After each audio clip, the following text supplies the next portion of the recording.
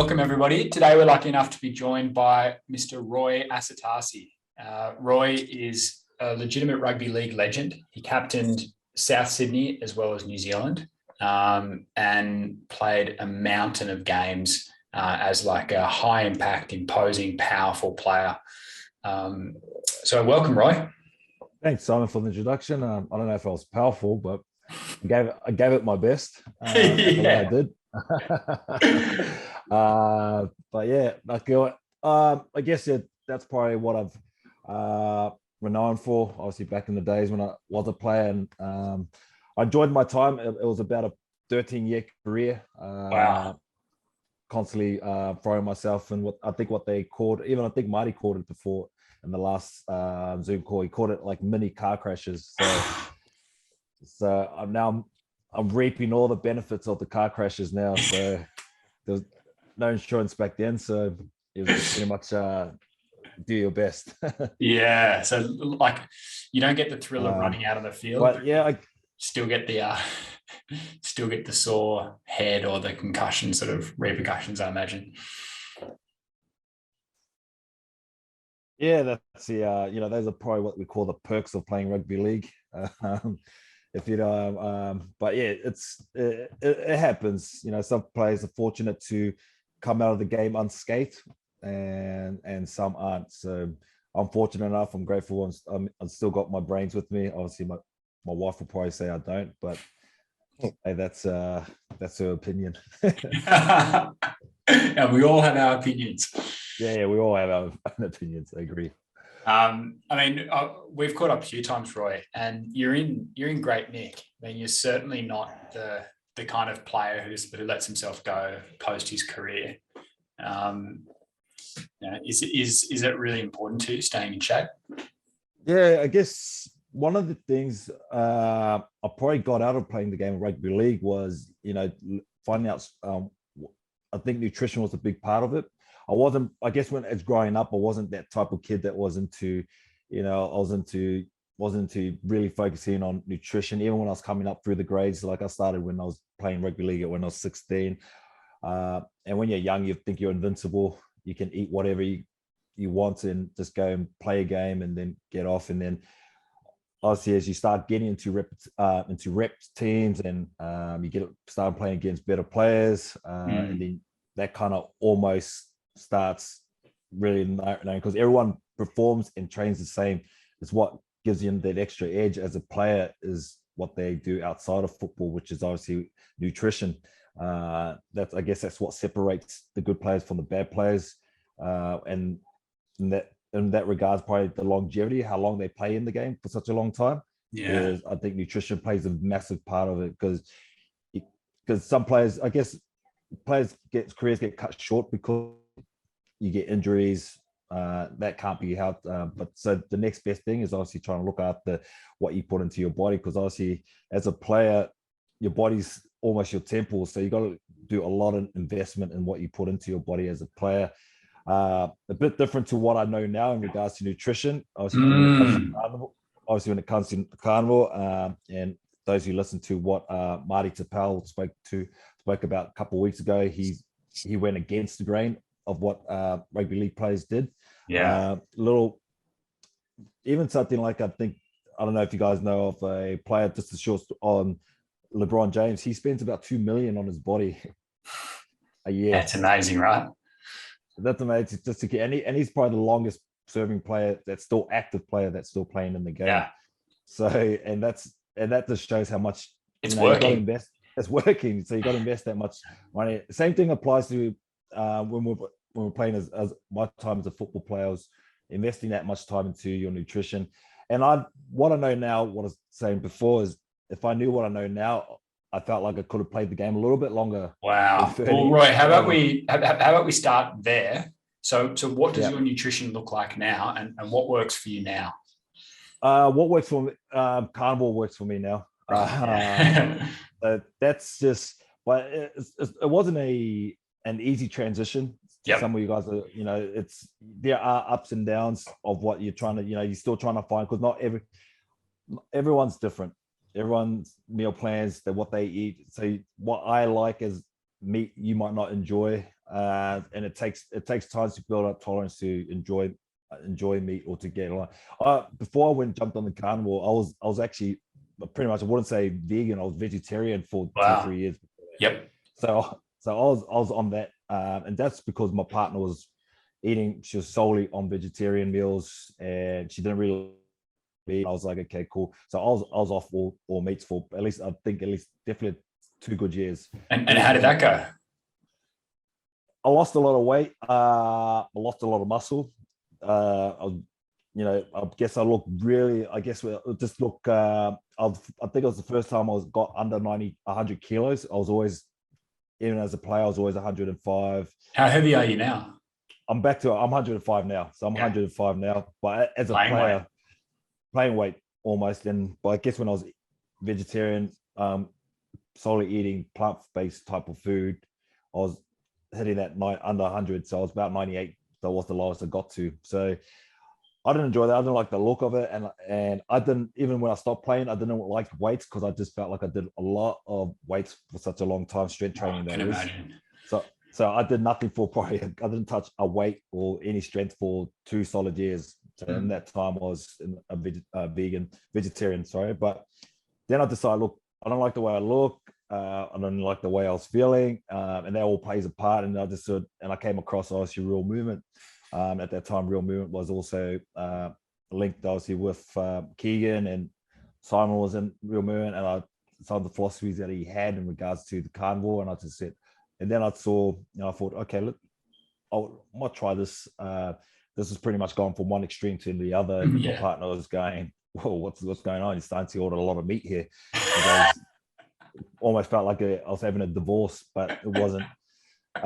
So yeah, and then you fast forward to now. Obviously, it took a long time to stomach that amount of meat, but it was probably the best thing I did. And like I said before, it's a journey on trying to figure out what works. You can go vegan, get try it out, doesn't work. You might have done it.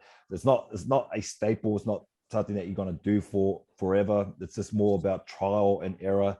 And I found like the best I've probably felt the best I have been on carnivore diet, and reason why I've gone that way, or I just believe in going back to what we lived back in, when you're talking about ancestral, back in our ancestors were back in they lived off the land, and I feel like that's how we should be living. And for some of you guys might be going, damn, I know that's a long time ago, that's history. It's hard for me to fathom, to think about living off the land right now, but it's a process. It doesn't take. You're not going to jump straight. It's not that long ago. It's not that long, and for some cultures, it's really recent. Yeah, it's really recent, and I don't know if you guys saw some of that Weston Price, Dr. Weston, they've put up. The same thing goes. If I look back at what my grandparents, probably not my grandparents now, but probably before them. Okay. They were definitely exactly what you had portrayed in Western, in the way they look and physique wise. Yeah. There's still barely any body fat on them. And that's just living off what they ate. They chose the time. But I guess that's how I've learned. That's how it generally looks now for my type of nutrition on the way I eat. And probably one thing I've got to mention that also been a big part is intermittent fasting, which is something I've been doing I think I've done for about 5 years now. Okay. So I did that before I went on. I think I did that while I was doing a plant-based diet, and then I guess when I jumped on to the carnivore, it just made it a lot easier in the sense that I was really eating. I had a 16-18 window, 16-hour fast and 8-hour window. That's probably the first 2 years that I started, but to now I'm pretty basically having either 1 or 2 meals a day depending on how I feel daily. But yeah, I want to dig into that a little bit. So intermittent fasting when you were vegetarian versus when you were carnivore, is it different, the same? I think it's a little bit different because I felt like if you look back on how it works now, you constantly chasing what you're having in regards to meals when you're on a vegetarian diet, because you're not getting enough of what you need to get compared to what you're having in a carnivore diet. I guess with proteins and with what you get in your meat, satiety is a lot easier when you're on the carnivore. So you feel a bit more fulfilled when you're on a meat-based only diet. So if I compared the two, I felt definitely a lot more energy, a lot better, a lot fuller when I was on carnivore. Yeah, interesting. Yeah. Yeah, most people I've spoken to will eat, twice a day on carnivore, and it's not intentionally intermittent fasting. It's just that's when you're hungry, right? It's so nourishing that eating twice a day is fine. It's more than enough. Yeah, and like you said, it's when I compared it to when I was on the intermittent fasting, I felt like I was looking for that time to start eating again, and watching the clock. Yeah, I was just watching the clock. I was watching it, but when on the carnivore and on the meat only based diet, you don't need to watch the clock. It's just a matter of just eating as much as you can within that on that first meal of the day that I generally have, and then say for instance around 7 o'clock, I'll have something light, nothing too big, because I don't feel like having another big meal. And I guess sometimes I even skip that meal and just wait for the following day. So my meals, I guess the way how my day works is I'll shut off around about 8 or 9 in regards to meals, and then I won't start consuming something until after I have my training session. So depending what time that training session I have in the following day, which is generally like around about, I think for some 1 o'clock, I try to aim for. Sometimes I don't train till 3, so I won't eat till 4. Sure. So that meal I only have a short window, or consuming whatever I have. And say if I have a big meal, then that's pretty much that's all I'm going to have for the night. If I'm eating around about 5 o'clock, and that's it, I'm done. So okay. I shut shop. Yeah. So generally one bigger meal and then one smaller meal. And you'll have the bigger meal after you train. So it could be midday, it could be 4 p.m. And everything's done and dusted by about 8 p.m. Yeah, everything's done and dusted by 8 p.m. So but everyone's different. Not everyone like that. That's how it works for me. That's how I work. You guys might operate a little bit different depending on work. That's the time that allows me. So if I've got the time, I can eat. I suppose for you, some of you guys, you have to work all the way through. You might not have your lunch around about 12 or 1, or you might not be able to get in a training session. But that's how I structured how that works for me. Like I said, you guys will be a little bit different. Yeah, awesome. And Roy, let's rewind back to when you were playing professional rugby league. What did your eating look like? Time windows, and what did you eat?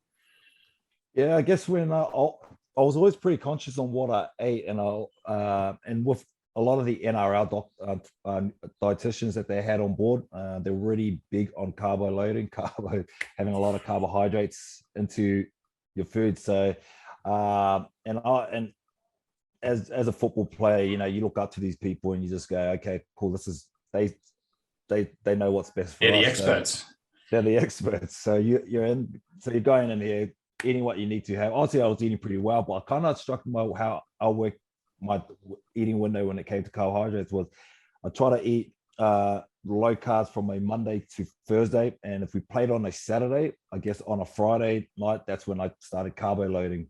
I started having like a big bowl of pasta, and you think of it, you had like cream, cheese, big bowl, and on top of that, I'll have garlic bread too, and then I'll go, and I was a big fan of Allen's lollies, so I'll have that on the side too afterwards.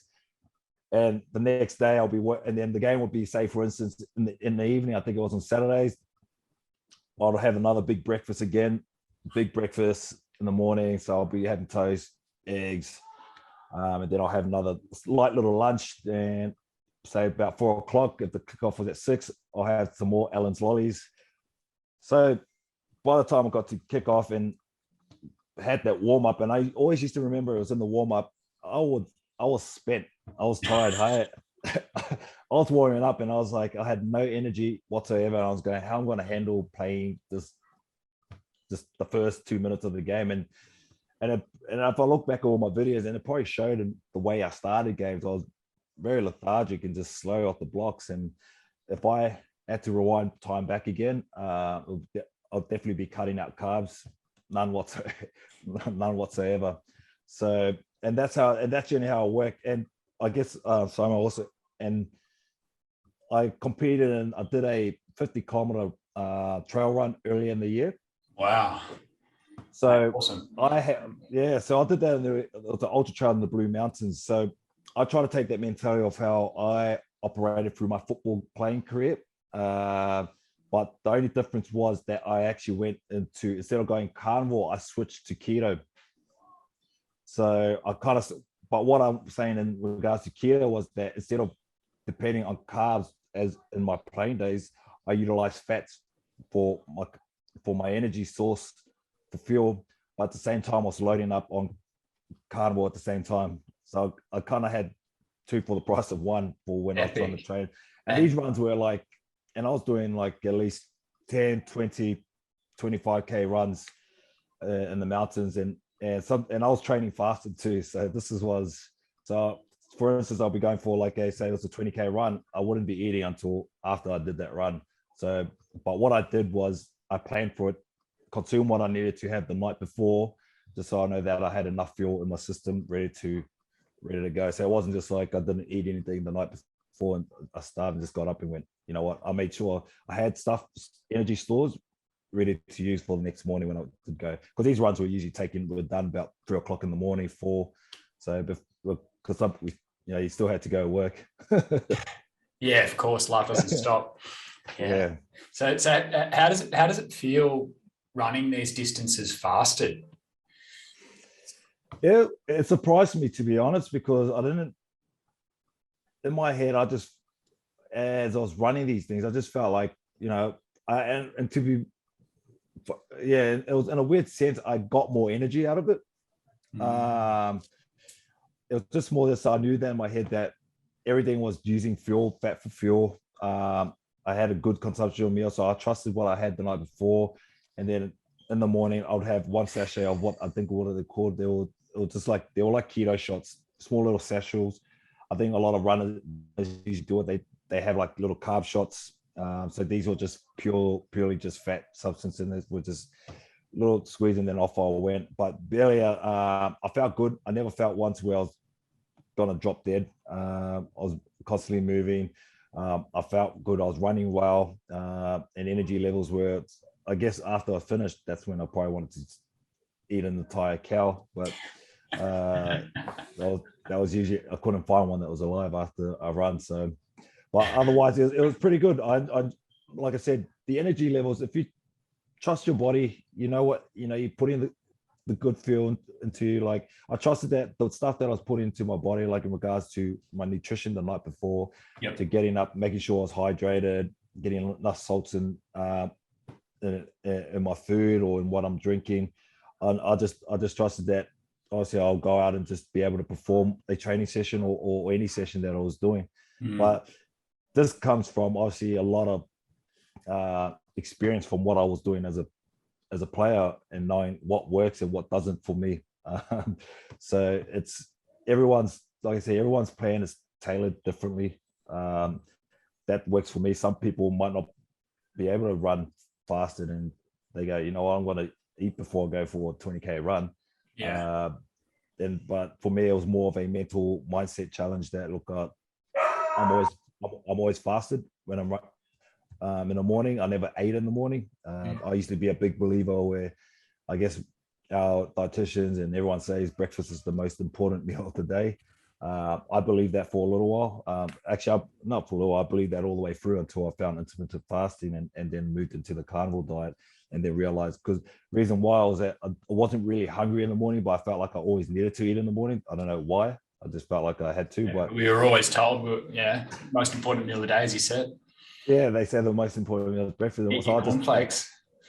Yeah. So I never, and then I just realized I wasn't hungry. So why eat when you're not hungry?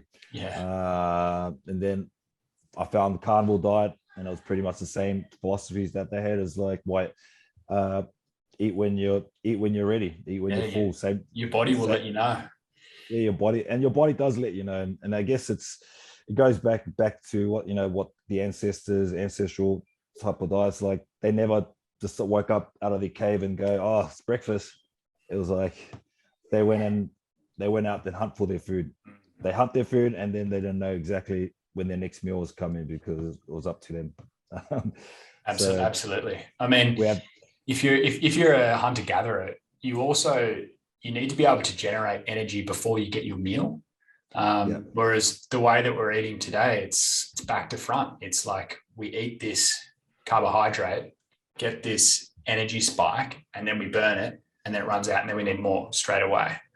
yeah, and it's so easy. Temptation's all around you. It's not like the system is just made for us to fail. Feels like You that. know, yeah, it's just like you can't get a break. You walk around. You now they've got Uber Eats now, which makes things even a lot easier for people just to sit at home and order their favorite fast food and just turns up and without having to go anywhere. So it's yeah, I guess the biggest thing for you guys to try and understand when it comes to meals, I guess with the carnivore diet is it's a eliminating diet as they speak about. It's just stripping everything back just to the bare basics, and then you can build yourself back up again. It's not it's a lifestyle.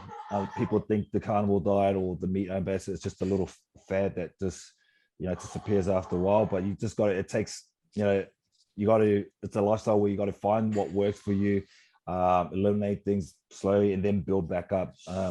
If it's Well said. if I said yeah, if it's it's the big thing when it comes to nutrition or any type of meals, just finding out how natural is that product. They always say if you go and spend most of your times in the aisles in the supermarket, you're in the wrong spot. You got to, but in saying that, the meat in the supermarket aren't as great, but you got to be able to. Better than nothing. Yeah, so it's like I said, the systems. You're set up to fail, and the system that's provided to us. Yeah, absolutely. You need to think for yourself. If you just go with the flow, it ain't going to end well. Is the way that I see it. Roy, I'm curious. I know you've done some epic fasts, and I'm curious to find out what you've learned from these fasting experiences. Yeah, I started doing these 3-day fasts last year. We had a crew. 3 days. Wow. Yeah, a 3-day fast. I just recently did one at the end of last month, where we just went on. I don't know. I just woke up and decided to go on a 3-day fast, but it was purely because it just needed to reset my body. I wanted to get it back detoxing. I guess that's probably the best way of what I like to call what fasting is for, especially when you're going on those longer fasts. Everyone's different. You go through little emotional roller coasters when you're going on some fasting. I have been doing it with my partner in the last one, and sometimes you're just walking around looking at each other, wanting to take each other's head off because you're just starving. But it's a good. I'll say that's not a bad experience. It's a good experience, I guess. Yep. And yeah, it's more of a mental challenge when you're taking these things on. It's being ready to be able to take it on. I do it, like I said, I do it purely just to detox, to reset my body, to get ready to go again. I do it at the end of the last 3 days of the month. I think one of the boys are also looking at doing a 72-day hour fast, which is at the end of the last 3 days of each month. It just resets you to start the new month off on a good note. But it's good. It's good. If you are guys looking to try it out, it's a good way to find out a lot about yourself. Yeah, I imagine. When you're not eating for 3 days. I sleep very early on those days. I just get in. I just don't want to stay any later than 9 o'clock. I'm in bed. I don't want to. Especially day 2 is probably the most hardest day because I'm so used to 24-hour fast. It's fine for me. Day 2 is the hardest, knowing that you've gone another day without eating. And day 3 is probably the best because you can write it out. You're going to eat by the end of that. There's a big feast coming. There's a big feast coming. So if you can get past day 2, you're doing good. I'm curious, Roy, because I've never done more than 24 hours. I need to experiment with this. What does the sleep feel like? When you said you go to bed earlier than normal. Yeah, I generally go sleep just earlier. Obviously recovery is good when you go to sleep early. But I guess just knowing that if I stay any later, I'm going to feel like temptation is going to get me. Yeah, So I try to stay out of the kitchen as much as possible. But I guess energy wise, I get this on day 2 is generally a day you get these little surges of energy on day 2. Why I say day 2 is because I always get it. It's just when I'm about to go to sleep, I get a little surge. It's just like an energy surge, like I've had a can of Coke or something, and it just starts pumping, and I can't sleep. So I'm like, yes, and I'm just like, okay, I need it. So I'll go out, I'll go and walk for a little bit, not too long, just yeah. because I can't be sleeping, going off in bed. Just doesn't work for me. But it's a hard feeling to explain. I guess it's something that everyone got to go through. I asked my partner, she goes through the same thing. She doesn't. She said, I'm out. So I must be the only one that gets these little surges of energy on day 2. No, you wouldn't be the only one. I'm wondering whether it's your body kind of clicking in and accessing fat storage on your body. They do say that. They do mention that you do go through little phases, and I do get that little phase just before bed, which is not ideal because you're trying to sleep. Roy, last thing I want to ask you about is longevity. You're quite a few years past your playing days, but you're still in great shape, and I know you're super active. What are you doing to maximize your longevity? Nutrition is probably number 1. Yeah. And then movement is probably number 2. And the other big thing is number 3 is recovery. So they're probably the 3 most important key points that I look at. It's just nutrition always, I need some energy. I guess you guys know when you're not eating well, you feel like you don't want to do anything. You don't even want to get up and train. And then same thing is movement. If you're not, you just constantly got to do some form of movement. For some of you guys, I probably don't know, is that I've been doing what they call, I don't know if you guys heard of a 75-day hard challenge. I have, yeah. Yeah, so I'm coming up to the end of that. I've got 3 more days left. And I guess that's probably one of the things in those elements is obviously movement. You got to do an exercise inside, outside. That's the easy part for me. I guess that's for people that are trying to get themselves started and get themselves moving. I'm not recommending you guys do the 35-day challenge, but it's just that what I've been doing is obviously movement every day, and it's important to do movement every day, regardless whether it's walking, jogging, or just getting out, getting some sunlight. Mate, I know you're doing a lot more than that. I've seen you on the skier again on there. Yeah, on the assault bike. Yeah, I like to. Well, I've got the luxury of being able to do that kind of stuff with what I have, which is pretty good. But and on top of the movement stuff, is recovery. Being able to go again the next day, and you can apply all these things the same. Just even if you're not training, just apply it to work, to what you're doing. Sometimes people can work all day, and then you got to make sure you look after yourself and recover well, so you can do the same job again the following day. People tend to kind of deprive themselves of sleep and try and catch up on work, and then it just becomes a domino effect. I guess that's why by the end of the year, everyone's just ready to let their hair down at the Christmas parties, the work parties. So it's important. I find those are probably the 3 main key elements for me. Nutrition, obviously putting good fuel into you. The old analogy is where you don't go put E10 into a Ferrari. I'd say the same thing applies to obviously food. And then secondly, movement, morning or night, whether you just get up, do 10, 20 push-ups, get yourself going, and then go to work. Don't have to be 20, you can do 50 if you want. And then lastly is probably recovery. Just looking after yourself, whether it's getting a good night's sleep, which is probably the most ultimate recovery you can get, and then either doing some stretching, yoga, meditation. Recovery has all sorts of forms. Yeah, it's just finding out what works for you in that respect.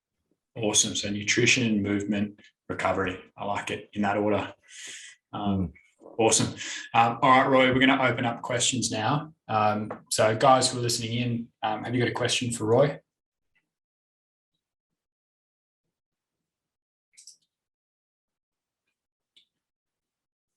David, anything you want to ask? Oh, Luke, looks like you've got a question. I was going to ask about recovery. You just kind of touched on it. I guess since, obviously you're still training and fairly active, have you noticed, I guess, being carnivore, have you noticed any positive changes in recovery? Like, I guess the big one for me, I'm only a week in, but, after going to the gym, I feel a little bit drained, and, usually I'd go and, have a protein shake or something like that, as part of the recovery, just out of habit. But yeah, do you notice anything, or do you actively do anything in terms of that?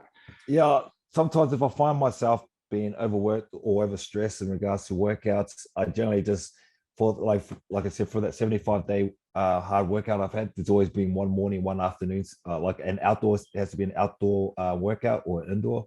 Sometimes if my indoor is very strenuous, then that outdoor, I'm going for a walk, nice long walk, put my headphones on, whether it's an audio book or something motivating, and that just goes for 45 minutes, where that's my recovery phase. So you feel like you're not always constantly mentally amping yourself up to get ready to go for a workout again. If you find yourself, I think the best one for you is just we can get to go for a swim, go down to the beach, go for a long walk. Don't feel like you got to constantly be putting your body out or putting your mind mentally under stress. Always try and find other avenues to try and find ways to recover, because you are, like I said, you're new to this, so you just, and at the same time it's a learning experience that you're going through. You're just trying to find out what works and what doesn't. You probably found out through that first week, oh, you know what, that's hardcore, I need to start. Maybe week 2 need to find something I might change something up so I can adapt a little bit better. But the good thing about week 1 is that you definitely you get immune to it, you get a little bit better, and then you go again. But one thing when you're going through carnivals or you're doing workouts is that if you're doing anything new, it takes a while to build up a bit of resilience to go again. So week 1, all right, I'm ready to go. Week 2, then week 2, you're ready to go again. So don't be too hung up on because it's your first week. Just find ways to get better. I guess by the sounds of it, let's look at recovery being the main focus. Let's not always constantly put your body under stress. If this is going to become a lifestyle, eventually you will get to that stage where you're able to keep pushing yourself. This is all about just starting. I much rather people start off slow, build, and then when they're comfortable enough to know exactly how their body operates, what kind of nutrition they're getting in, then you're ready to go full steam ahead and go, you know what, I'm going hard today because I know my body's going to recover tomorrow because I've got good feel, or I'll go hard today, I will be sore tomorrow, but at least I know I've got my recovery all set up, ready to go, so I can kind of perform, say, the following day or 2 days later. It's always constant planning when it comes to recovery, because you never know. You wake up the next day and you go, wow, I'm a bit sore today. And sometimes you can go off script, don't have to always follow the same script. But ideally, yeah, if you're feeling like you're very sore, just sometimes even just, I don't know if you like watch TV, just sometimes I put on a movie that I like, and if it goes for an hour, I'm stretching for an hour. So there's other little tips and tricks that I like to do, to put on something that I like, and then at least I know at the end of the movie I've done an hour stretching. Yeah, cool. And I guess more on a lighter note, I'm kind of just realizing, even though we're sticking to the carnivore diet, there's so much variety out there. What would be your, I guess, go-to meal, or I guess your favorite meal that you'd make? Right, I guess I'm always Mackenzie's. I go Mackenzie's meats. I'm constantly got those coming in on repeat every 2 weeks. Good thing, the bonus for me is that my kids are barely into the meat yet, so I get it all to myself. So my typical meals I like to alter it around. Sometimes I'll have, like, for instance, today I'll have 4 steaks, but doesn't necessarily mean I'll have those 4 steaks in one sitting. I have it obviously with a mixture of a bit of beef heart, and then I have a bit of bone marrow sometimes with it on the sides. But generally what I get in the packet from Mackenzie meats is generally what I have. So I'll generally have, like, pretty much, if it's wrapped up in like lamb chops, that's what I'm having for dinner. I don't really have any. I can't remember the last time I had any vegetables. I barely had any. And I guess most of my meals, and my partner would probably say, is just, she always goes, "How do you eat just meat only?" But for me, it's easy. It's something I got used to, and it's just like I said, it's taken me a whole year to get to the stage. Then your journey is starting now on carnivore, so just got to remind yourself that it's not a short-term thing. You got to have, you're going to take a few steps backwards, but it's just a matter of just getting back on track and go again and know that, cool, that doesn't work. I'll mix this up and go on this. Yeah, It's forever changing. yeah, great. Thanks for that. Oh, no worries. Francis, have you got a question for Roy? Yeah, just when you're talking about your 72-hour fast, so are you just drinking water throughout the fast, like those days, or? Yeah, so what I call on the fast, sorry, is I call it like a muscle fast. It's basically how that works is because I don't really want to be losing any muscle when I'm fasting. You got your water fast and your dry fast. So this one's muscle fast where you can consume your BCAAs. You can have your bone broth, your collagen, or supplements. You can have your espresso, because I have coffee, which is just a short black, no milk. And those are probably what I have on those fasts for those 3 days. But those are rationed out throughout the day. So they're not obviously consumed within that first hour. It's kind of espressos, I think it's got barely, 1 calorie in it, and then you got obviously your bone broth, I think it's around about 15. Then you got your BCAAs, is probably your high end calories. So the idea is to keep your calories as low as possible on the fast, so we're not, your digestive system is, you're not resting it, it's still working obviously when it comes to the fasting, because you're still consuming a little bit in, but the whole idea is obviously just trying not to lose a lot of muscle when you're going on those 3-day fasts. You looking to try one out? Oh yeah, try to like train myself up to it. So Yeah. yeah. And the thing with fast is not, you don't get it straight away. It's constantly like, some people, they do the 16 hours, but sometimes they break it like at the 12-hour mark. That's fine. It's perfectly fine. It's not game over. It's like, cool, I'll go again. Then whether I'll go again the next day or whether I go, you know what, I'll try again on the weekend. Never ever think that you failed a fast by cutting it too early. It builds, it's like resilience, you got to build up to it. It's just like when you're training, you don't get fit on your first session. It's going to take you many sessions to get to that stage. And like I said, I've been doing it for about 5 years now, fasting, intermittent fasting, and it's normal for me. It's, but the first year I did it, it was painful. It took me, I kept breaking it before the 16 hours. But to me, back then I was like, oh man, that's a fail. I failed. But it's made me to where I am now in regards to how I can fast again. Like it's second nature to me when it comes to fasting. And but like I said, if I get any ways or tips on fasting, to stick to it. Find ways to, don't think a 12-hour fast is a fail. The next one, jump on, you go 13 hours and just build up to it. You got to build up to it. It's not an overnight thing. Sweet. And how about like family function? Like you got like Christmas is coming up and everything. You got the pig on the spit, the okra. Well, I know how you feel, brother. I know how you feel. We all have that family dinner where we all come in herds, and then they just, they look at you like you're the weird one in the family.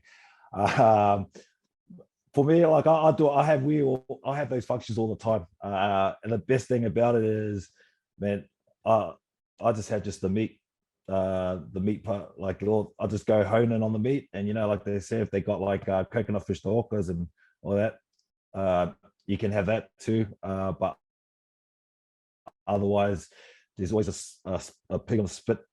That's the only one I'll be honing in. I don't hone on anything. I have the chop suey too sometimes, but I just have the meat only. So just think meat. I know it's hard, but you could get away with it because it's Christmas. Wow, thanks, Sus. Oh, good. That was hilarious. David, did you want to ask a question? I'm not sure if you're still driving.